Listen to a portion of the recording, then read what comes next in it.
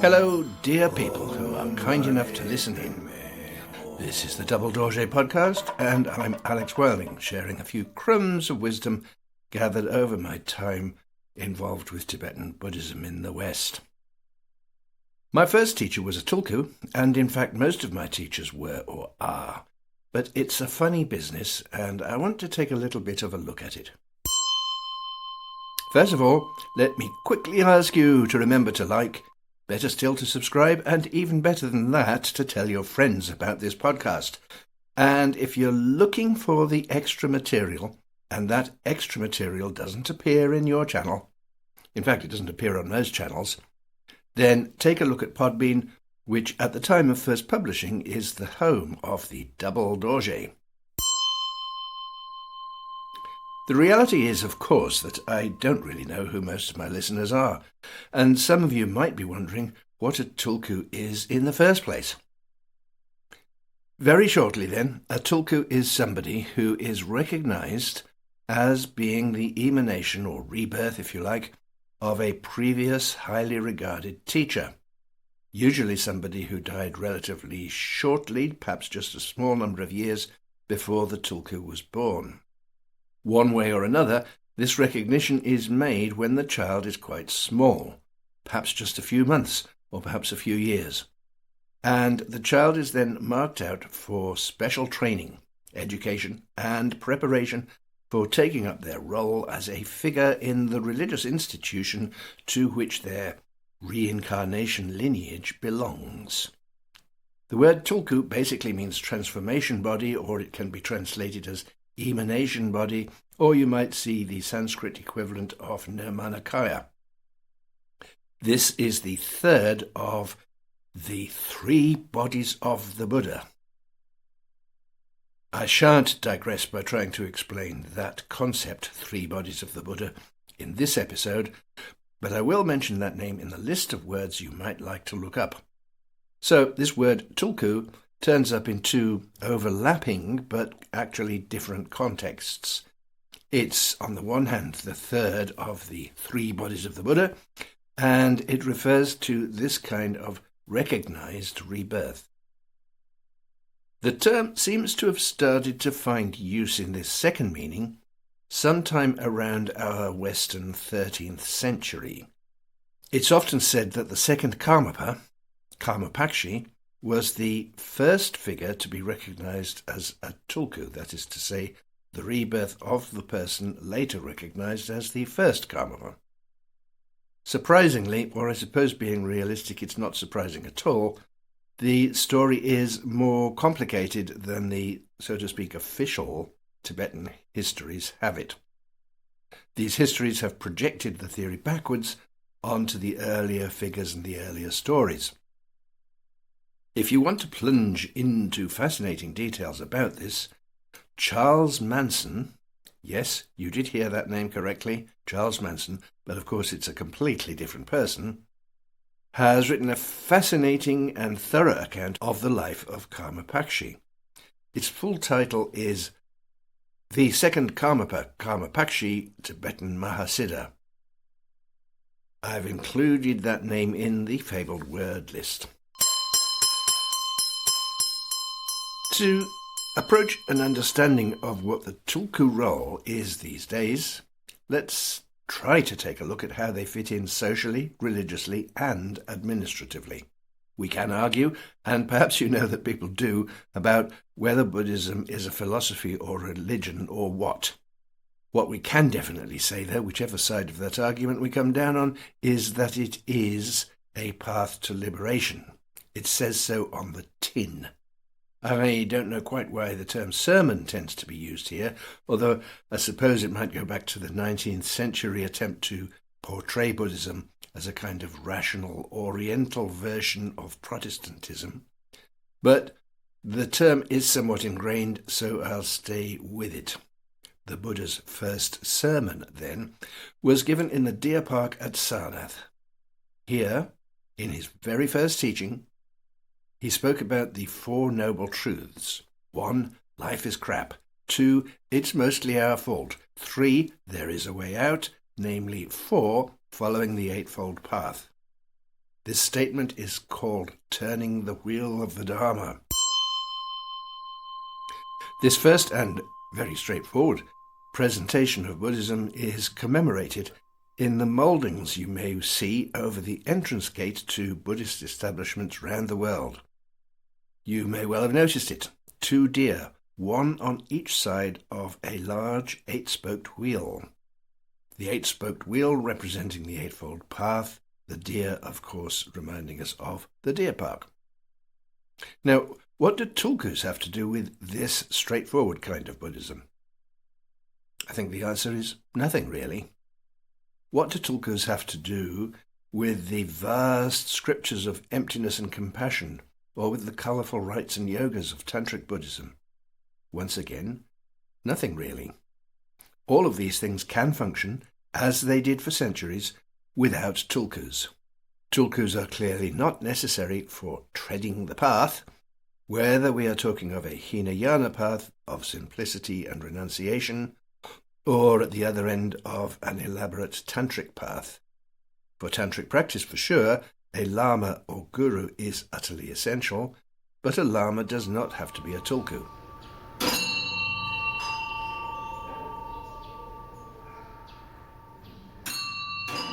I felt it was maybe the right time to tackle this topic because we are, once again, in the middle of yet another case of serious allegations, including sexual misconduct going up to rape, against an important youngish Tulku.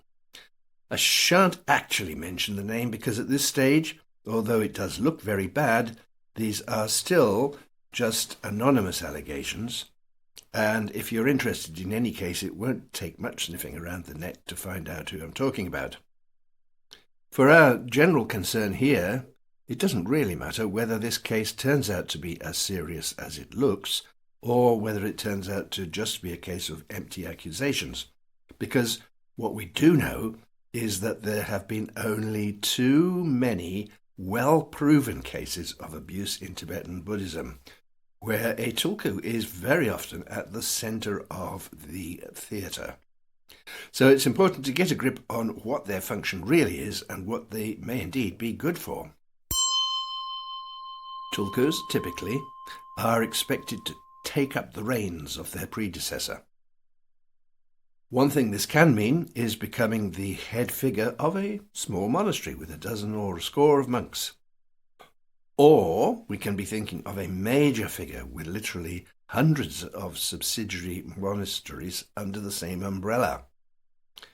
As such, their role is indeed in part religious, especially in the ceremonial sense.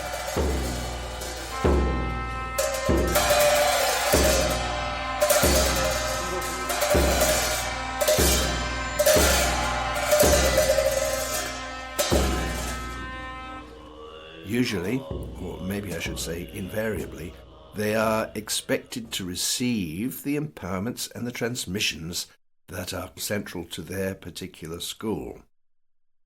This part of their education and training can be a huge exercise, taking many, many years, and it should put the Tulku into a position to maintain and pass on those transmissions and empowerments to yet another generation. Quite often, the Tulku will not be the main teacher, even of the studies departments of their monastery, let alone the retreat master. Their role often does include a large element of administration and what we might call diplomacy. It is very important to recognize that the society of Old Tibet was highly stratified, extremely rigid, and was ruled by what I'm tempted to call an unholy alliance of church and state. There was indeed a secular government, but the power of the big Buddhist schools, the Gelug in particular, but also the Sakya, the Kagyu, and so on, was enormous. Amongst the many things that I am not is a scholar of Tibetan society, but I will mention that as a first approach, medieval Europe would be a better model than anything that we have today in order to start thinking about the way things were in Tibet. As a modern person, a product of the European Enlightenment, in fact, I am extremely doubtful about the wisdom of blending church and state at all. Separating church and state was, after all, one of the founding principles of the American Pilgrim Fathers, even though that country seems to be slipping back towards some kind of authoritarian theocracy. But that too is not a subject for today. Old Tibetan society can also be described, at least loosely, as feudal. A high proportion of poorer Tibetans were, to all intents and purposes, tied to the land. Social mobility, well, you can forget it. Some writers have made a lot out of the option of becoming some kind of begging wanderer, like a chirpa going from one cemetery to another, living on alms and donations and free from other social responsibilities. Perhaps that kind of option was open, but it is a very, very, very hard way of living.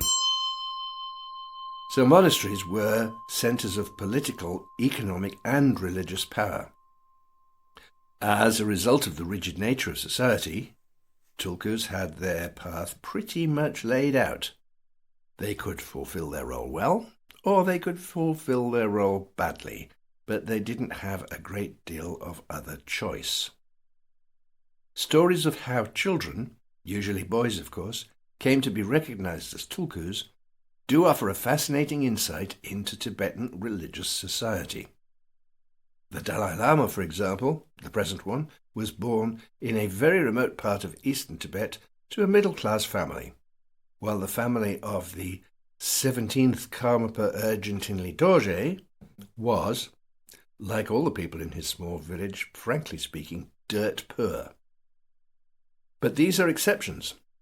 In many cases, cynics might say suspiciously many, the young Tulkus are found in well-to-do families, often those who provide financial and other support to the monastery concerned. This binds their generous donations even more closely to the monastery. And there are a couple of major Nyingma lineages, each having quite a number of Tulkus, where it seems to be practically the rule that the rebirth is kept in the family. Uncles, nephews, brothers, cousins. If you're born as one of those, you may well be recognized as a Tulku. Otherwise, you don't stand much chance. It's important to mention as well that it's possible for somebody, through study, practice, and personal qualities, to rise through the hierarchy without being a Tulku to a very high level. The 19th century figure of Jamgon Kongtrul the Great had quite humble beginnings, but rose to become enormously significant as a result of his towering intellect, enormous commitment to practice, and diplomatic skills. So that's another case worth mentioning, and there are more, but this path to prominence is the exception.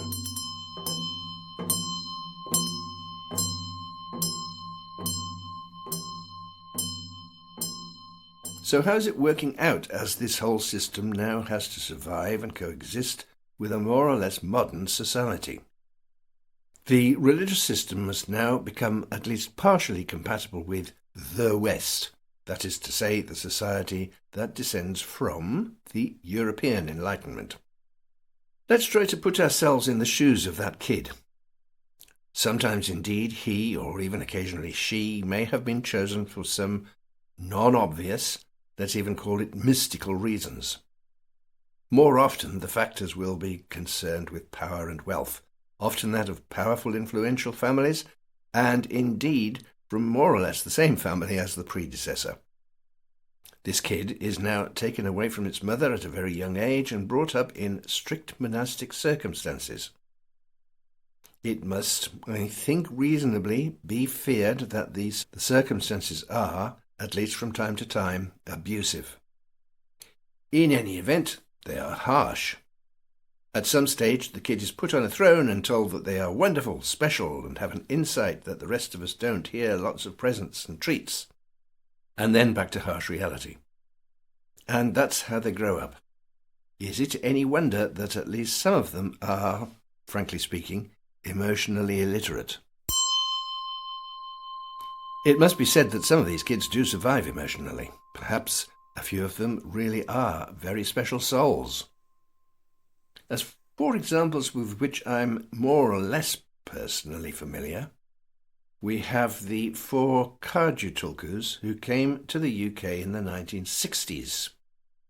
My own first teacher, Chimi Rinpoche, was one of those, and has had a few struggles in his life, but has not gone weird. Akong Rinpoche did a quite wonderful job of looking after Samye Ling in Scotland, developing it towards the centre that it is today, and bringing a number of charitable organisations in Nepal and Tibet into being. As for Atto Rinpoche, I never heard a whisper of impropriety from that corner. When he disrobed in order to marry his English wife, he did so properly, requesting permission and handing his robes back to the Karmapa. He had zero interest in building up any sort of large organisation of his own, but worked very hard giving teachings at centres in Britain, America, and particularly in Europe. I wonder whether he even ever got cross. It's hard to imagine, but I suppose it must have happened. So far so good. But as a fourth, we also had Trungpa, whose behaviour meant that he had to leave Samye Ling. Was it the smashing of Akong's personal shrine, urinating down the stairwell and collapsing into a drunken stupor when important visitors were expected, that was the final straw? Quite possibly. And having mentioned that story, I want to point out that I'm not just repeating rumours here. This is taken from the account of his very own wife, who to this very day carries the flag for him. Trungpa found a following, initially amongst the dropouts and hippies, and went on to build up a large organisation in America, some of which still exists. In spite of mottos from his early days like Buddha Dharma without credentials, he did in fact end up creating what was thought of as a royal court and wanted to be treated like a king, pretty much literally. But this is not the place for an exposé. You can find that kind of thing on the web if you like. Suffice it to say that alcohol and other abuses brought him to an early death, so unless you are in the circle of his followers, it's not unreasonable to assess his life as something of a disaster. We've also had cases like Sogyal Lhakpa, who ended up in a very public disgrace, labelled as such by the Dalai Lama. Although in fairness to the system, there are good grounds for wondering whether he ever was initially recognised as a Tulku. We do know that there was never an enthronement, and there was never any sort of certificate. His mother, who was pushing his career forward, did claim to have once had a handwritten note from Jamgon Kongtrul, recognising Sogyal as a Tulku. But this note was lost in the flight from Tibet. I suppose it could happen, although Jamgon Kongtrul himself, in his extremely detailed autobiography, says nothing about it, and only mentions Sogyal once, briefly, as a peripheral figure in one of Jamgon Kongtrul's dreams. In Old Tibet, that magic land, some of this emotional derailment might have been kept, at least largely in check, through the very fact of the rigidity of that society. Nowadays, on the other hand, a Tulku gone bad has far more opportunity to cut loose, get drunk, say, "Hey, I'm a Mahasiddha, my mad behaviour is crazy wisdom, done out of pure motivation to help sentient beings, smash through the dualistic mind." This kind of thing can find a following. Now, a few minutes ago I mentioned my own first teacher, a Tulku who did end up in the West. Long ago, back in the 1970s, I recall him saying that while he did believe that there was something in it when he was talking about the Tulku system, he nevertheless felt that it was a thing that had worked in Old Tibet, but was not fit for the New World. And that was 50 years ago, long before the high-profile scandals I mentioned above. As a very different case, I might offer you the example of my present teacher. It is true that he has been recognised as a Tulku, but this happened later in life in response to his evident qualities. He was brought up in his own family, has a family of his own, has known hard work, has done serious amounts of study and retreat, and is, if I may say so, extremely normal, even if he is normal in an extraordinary way. But there's a student speaking, so don't worry about it.